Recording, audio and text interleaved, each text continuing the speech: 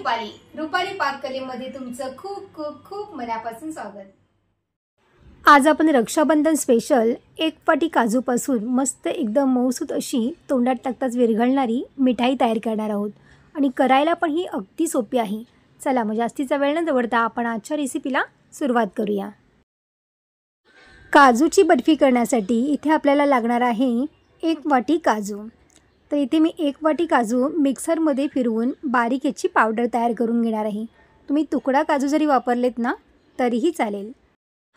काजू मिक्सरला लावल्यावरती याची बारीक पावडर तयार होत नाही, पण अशी चिपचिपीत अशी हे मिश्रण तयार होतं।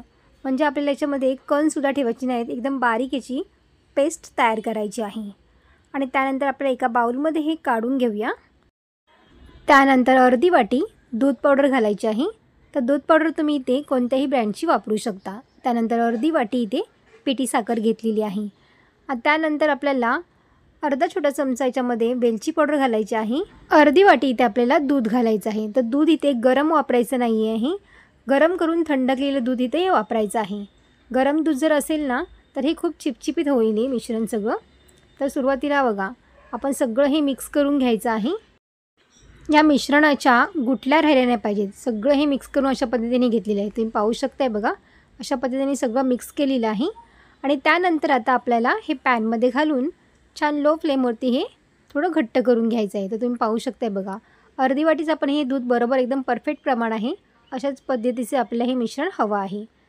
आता एका पॅनमध्ये घालून आपल्याला लो फ्लेमवरतीच आपलं हे मिश्रण घट्ट करून घ्यायचं आहे। गॅसची फ्लेम आपल्याला स्लो ठेवायची आहे आणि स्लो गॅसवरती आपलं हे मिश्रण असं घट्ट करून घ्यायचं आहे। आता या मिश्रणामध्ये आपल्याला 1 चमचा इतकं तूप घालायचं आहे आणि पुन्हा छान असं याच्यामध्ये मिक्स करून घ्यायचं आहे। तुपाचा वापर इथे जास्त करायचा नाही आहे, तूप फक्त याच्यामध्ये शाईन येण्यासाठी एकदम हलकी शाईन येते, त्यामुळे आपण हे तुपाचा इथे वापर केलेला आहे। आणि त्यानंतर सगळं असं मिक्स करून घ्यायचं आहे। थोडंसं मिश्रण घट्ट झाल्यानंतर आपल्याला याच्यामध्ये चिमूटभर खाण्याचा रंग घालायचा आहे। बघा रंग घातल्यामुळे काय होतं, ह्या मिठाईला रंग खूप छान येतो।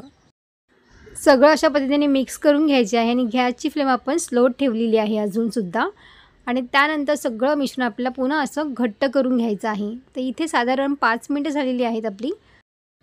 काजूपासून तुम्ही वेगवेगळे पदार्थ किंवा वेगवेगळी मिठाई करत असाल, पण या पद्धतीने तुम्ही काजूची बर्फी तयार करून बघा। करायला तर अगदी सोपी आहे आणि पटकनसुद्धा होते। तोंडात टाकताच विरघळणारी ही बर्फी तयार होते।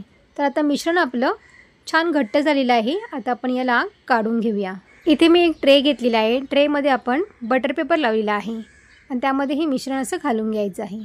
बटर पेपरला तूप तेल लावायची अजिबात गरज नाही, हे असंच जरी घातलं तरी बर्फी छान निघते। तर अशा पद्धतीने ही बर्फी छान अशी दाबून घ्यायची बघा, म्हणजे मस्त अशी सेट होते बघा। याच्यानंतर तुम्ही वरती काजूसुद्धा लावू शकता किंवा छोटे छोटे काजू जरी घातलेत ना आतमध्ये तरीसुद्धाही चालेल। तर आता ही छानपैकी थंड होऊ द्यायची आहे।